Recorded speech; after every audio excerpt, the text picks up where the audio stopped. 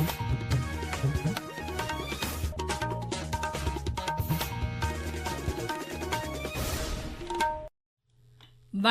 ஆகாஷவாணி மாநில செய்திகள் வாசிப்பவர் ஆனந்தி முத்தையன். தலைப்புச் செய்திகள்: தேசிய தலைமை செயலாளர்கள் மாநாட்டின் நிறைவு நாள் நிகழ்ச்சியில் பிரதமர் திரு நரேந்திர மோடி இன்று உரையாற்றுகிறார்.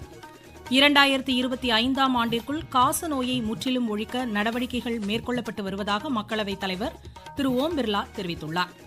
மதுரையில் டங்ஸ்டன் சுரங்கம் அமைப்பதை கைவிட வேண்டும் உள்ளிட்ட 16 தீர்மானங்கள் இன்று நடைபெற்ற அஇஅதிமுக பொதுக்குழு கூட்டத்தில் நிறைவேற்றப்பட்டன. தென்கிழக்கு வங்கக்கடல் பகுதியில் அடுத்த 24 மணி நேரத்தில் புதிய காற்றழுத்த தாழ்வு பகுதி உருவாகக்கூடும் என்று சென்னை வானிலை ஆய்வு மையம் தெரிவித்துள்ளது. ஆசிய கோப்பை ஜூனியர் மகளிர் ஹாக்கி போட்டியின் இறுதியாட்டத்தில் இன்று இந்தியா சீனாவை எதிர்கொள்கிறது. இனி விரிவான செய்திகள். பிரதமர் திரு நரேந்திர மோடி புதுதில்லியில் நடைபெறும் 4வது தேசிய தலைமை செயலாளர்கள் மாநாட்டின் நிறைவு நாள் நிகழ்ச்சியில் இன்று உரையாற்றுகிறார். கடந்த வெள்ளிக்கிழமை தொடங்கிய இம்மாநாட்டில் கூட்டாட்சியின் ஒருங்கிணைப்பை மேம்படுத்துதல், மத்திய மாநில அரசுகளுக்கிடையேயான கூட்டாண்மையை வலுப்படுத்துதல் உள்ளிட்டவை குறித்து விரிவாக விவாதிக்கப்படுகிறது. தலைமை செயலாளர்கள், மாநிலங்கள் மற்றும் யூனியன் பிரதேசங்களின் உயர் அதிகாரிகள் உள்ளிட்டோர் இதில் பங்கேற்றுள்ளனர். 2025ஆம் ஆண்டிற்குள் காசநோயை முற்றிலும் ஒழிக்க நடவடிக்கைகள் மேற்கொள்ளப்பட்டு வருவதாக மக்களவைத் தலைவர் திரு ஓம் பிர்லா தெரிவித்துள்ளார். புதுதில்லி மேஜர் தியான்சந்த் தேசிய மைதானத்தில் விழிப்புணர்வு கிரிக்கெட் போட்டியின் தொடக்க நிகழ்ச்சியில் கலந்து கொண்டு பேசிய அவர், பல்வேறு கட்சிகளைச் சேர்ந்த நாடாளுமன்ற உறுப்பினர்கள் கலந்து கொண்டுள்ள இப்போட்டியின் மூலம் காசநோய் குறித்த விழிப்புணர்வு ஏற்படுத்தப்படுவதாக கூறினார். 20 ஓவர் கிரிக்கெட் போட்டியில் முன்னாள் மத்திய அமைச்சர் திரு அமிர்பூர் தலைமையிலான அணியும் மத்திய அமைச்சர் திரு கிரண் ரிஜிஜு தலைமையிலான அணியும் பங்கேற்றுள்ளன. முன்னதாக செய்தியாளர்களிடம் பேசிய மத்திய அமைச்சர் திரு கிரண் ரிஜிஜு, இப்போட்டியின் மூலம் காசநோய் குறித்த விழிப்புணர்வு மட்டுமின்றி மக்களிடையே உடற்தகுதியை பராமரிப்பது குறித்த விழிப்புணர்வும் ஏற்படுத்தப்படுவதாக கூறினார். நாட்டின் இரும்பு மனிதர் என்று போற்றப்படும் சர்தார் வல்லபாய் பட்டேலின் 74வது நினைவு தினம் இன்று அனுசரிக்கப்படுவதை ஒட்டி பிரதமர் திரு நரேந்திர மோடி அவருக்கு அஞ்சலி செலுத்தியுள்ளார். சமூக வலைதள பதிவில் இன்று அவர் வெளியிட்டுள்ள செய்தியில், நாட்டின் ஒற்றுமை ஒருமைப்பாட்டிற்காக உத்வேகத்துடன் பணியாற்றியவர் பட்டேல் என்று கூறியுள்ளார். மத்திய உள்துறை அமைச்சர் திரு அமித்ஷா வெளியிட்டுள்ள செய்தியில், 550க்கும் மேற்பட்ட சமஸ்தானங்களை ஒருங்கிணைத்து நவீன இந்தியாவை உருவாக்குவதற்கு அடிக்கல் நாட்டியவர் பட்டேல் என்று தெரிவித்துள்ளார். அன்னாரது அர்ப்பணிப்பு ஒரே பாரதம் உன்னத பாரதத்திற்கு வலுவான அடித்தளத்தை அமைத்துள்ளதாக கூறினார். கடற்படை தளபதி அட்மிரல் தினேஷ் கே திரிபாதி இந்தோனேஷியாவில் இன்று முதல் 4 நாட்கள் அரசுமுறை பயணம் மேற்கொள்கிறார். அந்நாட்டின் பாதுகாப்புத்துறை அமைச்சர், கடற்படை தளபதி உள்ளிட்ட உயர்மட்ட அதிகாரிகளை சந்திக்கும் அவர், இரு நாடுகளுக்கிடையேயான பாதுகாப்பு ஒத்துழைப்பு, கடற்படை செயல்பாடுகள், இந்திய பசிபிக் பிராந்தியத்தில் இந்தியா இந்தோனேஷியா இடையேயான கடல்சார் உறவுகள் உள்ளிட்டவை குறித்து பேச்சுவார்த்தைகளை மேற்கொள்கிறார். மால்டோவா நாட்டின் துணை பிரதமரும் வெளியுறவுத்துறை அமைச்சருமான மிகாய் பாப்சோய் இன்று புதுதில்லி வந்தடைந்தார்.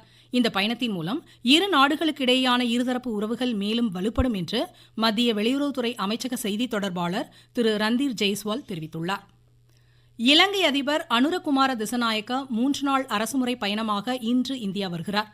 குடியரசுத் தலைவர் திருமதி திரௌபதி முர்மு, பிரதமர் திரு நரேந்திர மோடி ஆகியோரை சந்தித்து இருதரப்பு உறவுகள் குறித்து அவர் பேச்சுவார்த்தை மேற்கொள்கிறார். இரு நாடுகளுக்கிடையேயான முதலீட்டை ஊக்குவிக்கவும் வர்த்தக உறவுகளை மேம்படுத்தவும் புதுதில்லியில் நடைபெறும் வர்த்தக நிகழ்ச்சி ஒன்றிலும் அவர் பங்கேற்க உள்ளார்.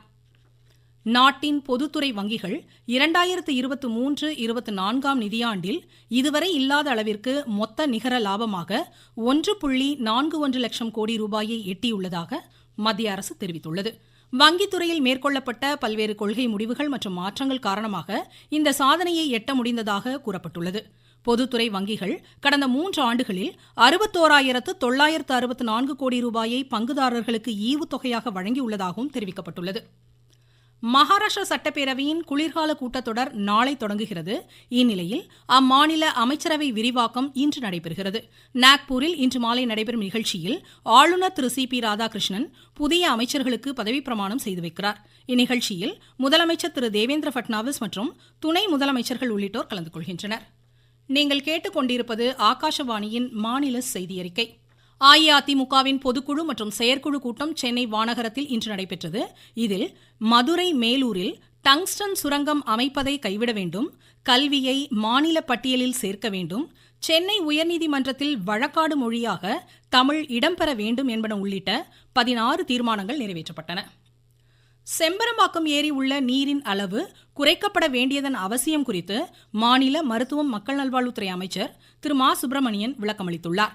சென்னை சைதாப்பேட்டையில் ஆற்றங்கரையோர மக்களுக்கு அரிசி உள்ளிட்ட நிவாரணப் பொருட்களை வழங்கி பேசிய அவர், ஏரி அதன் முழு கொள்ளளவை எட்டும் தருவாயில் உள்ள நிலையில் கரை உடையும் அபாயம் ஏற்படும் என்பதால் ஏரியில் தண்ணீரின் அளவு குறைக்கப்படுவதாக கூறினார். திருச்சி மாநகராட்சிக்கு உட்பட்ட கருமண்டபம் பகுதியில் மழைநீர் தேங்கியுள்ள குளத்துக்கரை, பிராட்டியூர், கொல்லங்குளம் ஏரி உள்ளிட்ட பகுதிகளை மாநில நகராட்சி நிர்வாகத்துறை அமைச்சர் திரு கே என் நேரு இன்று நேரில் ஆய்வு செய்தார். கொல்லங்குளம் ஏரி உபரி நீரை பாதுகாப்பாக வெளியேற்றுமாறு அதிகாரிகளுக்கு அப்போது அவர் உத்தரவிட்டார். மறைந்த காங்கிரஸ் மூத்த தலைவரும் ஈரோடு கிழக்கு சட்டமன்ற உறுப்பினருமான EVKS இளங்கோவனின் இறுதிச் சடங்குகள் அரசு மரியாதையுடன் சென்னையில் இன்று மாலை நடைபெறும். திருச்சி, பெரம்பலூர், ராணிப்பேட்டை, சிவகங்கை மாவட்டங்களில் கால்நடைகளுக்கான கோமாரி நோய் தடுப்பூசி முகாம் நாளை தொடங்கி 21 நாட்கள் நடைபெற உள்ளதாக அந்தந்த மாவட்ட ஆட்சித்தலைவர்கள் தெரிவித்துள்ளனர். ராணிப்பேட்டை மாவட்டத்தில் நடைபெறவுள்ள இம்முகாம் குறித்து எமது செய்தியாளர் தெரிவிக்கையில், ராணிப்பேட்டை மாவட்டத்தில் 6வது கோமாரி நோய் தடுப்பூசி போடும் பணி அனைத்து கிராம ஊராட்சிகள், பேரூராட்சிகள் மற்றும் நகராட்சி பகுதிகளிலும் நாளை திங்கட்கிழமை முதல் அடுத்த மாதம் ஜனவரி 5ஆம் தேதி வரை 21 நாட்கள் நடைபெற உள்ளது. 2,03,000 கால்நடைகளுக்கு கோமாரி நோய் தடுப்பூசி போட இலக்கு நிர்ணயம் செய்யப்பட்டுள்ளது. கால்நடை உரிமையாளர்கள் தங்கள் கிராமத்தில் முகாம் நடைபெறும் நாளன்று கோமாரி நோய் தடுப்பூசியை தவறாமல் போட்டுக்கொள்ள வேண்டும் என மாவட்ட ஆட்சியர் தெரிவித்துள்ளார். ராணிப்பேட்டையிலிருந்து மா சுமன். நீலகிரி மாவட்டத்தில் கனமழை எச்சரிக்கையை அடுத்து உதகை மலை ரயில் சேவை நாளை மறுநாள் வரை ரத்து செய்யப்படுவதாக தெற்கு ரயில்வே தெரிவித்துள்ளது. இதுகுறித்து எமது செய்தியாளர். நீலகிரி மாவட்டத்திற்கு கனமழை எச்சரிக்கை உள்ளதால் 13 மற்றும் 14ஆம் தேதிகளில் உதகை மேட்டுப்பாளையம் மற்றும் உதகை குன்னூர் இடையேயான மலை ரயில் சேவை ரத்து செய்யப்படுவதாக தெற்கு ரயில்வே அறிவித்தது. இந்நிலையில் மலை ரயில் சேவை ரத்து வருகிற 17ஆம் தேதி வரை தொடரும் என தெற்கு ரயில்வே தெரிவித்துள்ளது. மழைக்காலங்களில் மலை ரயில் பாதையில் மண் சரிவு ஏற்படும் அபாயம் உள்ளதால் முன்னெச்சரிக்கை நடவடிக்கையாக மலை ரயில் சேவை ரத்து செய்யப்படுவதாக தெற்கு ரயில்வே வெளியிட்டுள்ள செய்திக்குறிப்பில் குறிப்பிடப்பட்டுள்ளது. உதகையிலிருந்து சரவணன். திண்டுக்கல் மாவட்டம் கொடைக்கானல் மலைப்பகுதிகளில் பெய்த கனமழை காரணமாக கீழான வயல் கிராமத்திற்கு செல்லும் சாலைகள் துண்டிக்கப்பட்டுள்ளது. இதுகுறித்து எமது செய்தியாளர். கொடைக்கானல் மேல்மலை கிராமங்களில் கடைக்கோடி கிராமமாக உள்ள கீழான வயல் கிராமத்தில் சுமார் 100க்கும் மேற்பட்ட குடும்பங்கள் வசித்து வருகின்றன. கடந்த 3 தினங்களாக பெய்த மழையினால் புலிபிடித்தான் கானல் நீர்த்தேக்கம் நிரம்பி கரை உடைந்து கீழான வயல் பகுதிக்கு செல்லக்கூடிய சாலையில் நீர்த்தேக்க தண்ணீரானது காட்டாற்று வெள்ளம் போல் பாய்ந்து சென்றதால் பாலம் உடைந்து சாலை துண்டிப்பு ஏற்பட்டுள்ளது. இதன் காரணமாக கிராம மக்கள் அத்தியாவசிய தேவைக்கு கூட வாகனங்களில் வெளியே வர முடியாமல் கிராமத்திலேயே முடங்கியுள்ளனர். கொடைக்கானலிலிருந்து ராஜசேகரன், சுப்பிரமணிய பாரதி. திருவண்ணாமலை அருள்மிகு அருணாச்சலேஸ்வரர் திருக்கோவிலில் கார்த்திகை தீப திருவிழாவின் நிறைவை ஒட்டி இன்றிரவு பராசக்தி தெப்போற்சவமும் நாளை சுப்பிரமணியர் தெப்போற்சவமும் நடைபெறும். இதுகுறித்து எமது செய்தியாளர். உலக புகழ்பெற்ற திருவண்ணாமலை அருள்மிகு அருணாச்சலேஸ்வரர் ஆலயத்தில் நேற்று 14ஆம் தேதி இரவு தெப்பல் உற்சவம் நடைபெற்றது. தெப்பல் உற்சவத்தை முன்னிட்டு அண்ணாமலையார் உண்ணாமலை அம்மனுக்கு சிறப்பு அபிஷேக ஆராதனை நடைபெற்றது. அதனைத் தொடர்ந்து சந்திரசேகர ஊர்வலமாக சென்று நகரின் மையப்பகுதியில் அமைந்துள்ள ஐயங்குளத்தில் அலங்கரிக்கப்பட்ட தெப்பலில் 3 முறை குளத்தை சுற்றி வந்து பக்தர்களுக்கு அருள்பாலித்தார். இன்று இரவு பராசக்தி அம்மன் தெப்பல் உற்சவமும் நாளை இரவு சுப்பிரமணியர் தெப்பல் உற்சவமும் நடைபெறுகிறது. திருவண்ணாமலை என் ரவிச்சந்திரன். திருவாரூர் மாவட்டம் வடுவூர் கோதண்டராமர் திருக்கோவிலில் பவித்ர உற்சவத்தை ஒட்டி இன்று காலை தீர்த்தவாரி நடைபெற்றது. தென்கிழக்கு வங்கக்கடல் பகுதியில் அடுத்த 24 மணி நேரத்தில் புதிய காற்றழுத்த தாழ்வு பகுதி உருவாகக்கூடும் என்று சென்னை வானிலை ஆய்வு மையம் தெரிவித்துள்ளது. இது மேலும் வலுப்பெற்று மேற்கு வடமேற்கு திசையில் தமிழக கடலோர பகுதிகளை நோக்கி நகரக்கூடும் என்றும் இதன் காரணமாக நாளை தமிழகத்தின் பல்வேறு மாவட்டங்களில் மிதமான மழை பெய்யக்கூடும் என்றும் இம்மையம் கூறியுள்ளது. மேட்டூர் அணைக்கு நீர்வரத்து இன்று வினாடிக்கு 7460 கனஅடியாக அதிகரித்துள்ளது. முக்கொம்பு மேலணைக்கு நீர்வரத்து இன்று வினாடிக்கு 33,000 கனஅடியாக உள்ளது. மஸ்கட்டில் நடைபெறும் ஆசிய கோப்பை ஜூனியர் மகளிர் ஹாக்கி போட்டியின் இறுதி ஆட்டத்தில் இன்று இந்தியா சீனாவை எதிர்கொள்கிறது. நடப்பு சாம்பியன் இந்தியா பட்டத்தை தக்கவைத்துக் கொள்ள சிறப்பான ஆட்டத்தை வெளிப்படுத்தும் என்று எதிர்பார்க்கப்படுகிறது. கட்டக்கில் நடைபெறும் ஒடிசா மாஸ்டர்ஸ் பேட்மிண்டன் போட்டியின் ஆடவர் மற்றும் மகளிர் ஒற்றையர் இறுதி ஆட்டங்கள் இன்று மாலை நடைபெறுகின்றன. ஆடவர் பிரிவில் இந்தியாவின் ரித்விக் சஞ்சீவி சகநாட்டு வீரரான தருண் மன்னேப்பள்ளியையும், மகளிர் பிரிவில் தன்வி சர்மா சீனாவின் என் கையையும் எதிர்கொள்கின்றனர். பிரிஸ்பேனில் இன்று நடைபெற்ற இந்தியாவிற்கு எதிரான 3வது டெஸ்ட் கிரிக்கெட் போட்டியின் 2ஆம் நாளான இன்று ஆஸ்திரேலியா தனது முதல் இன்னிங்ஸில் ஆட்ட நேர இறுதியில் 7 விக்கெட் இழப்பிற்கு 405 ரன் எடுத்திருந்தது. மீண்டும் தலைப்புச் செய்திகள். தேசிய தலைமை செயலாளர்கள் மாநாட்டின் நிறைவு நாள் நிகழ்ச்சியில் பிரதமர் திரு நரேந்திர மோடி இன்று உரையாற்றுகிறார். 2025ஆம் ஆண்டிற்குள் காச நோயை முற்றிலும் ஒழிக்க நடவடிக்கைகள் மேற்கொள்ளப்பட்டு வருவதாக மக்களவைத் தலைவர் திரு ஓம் பிர்லா தெரிவித்துள்ளார்.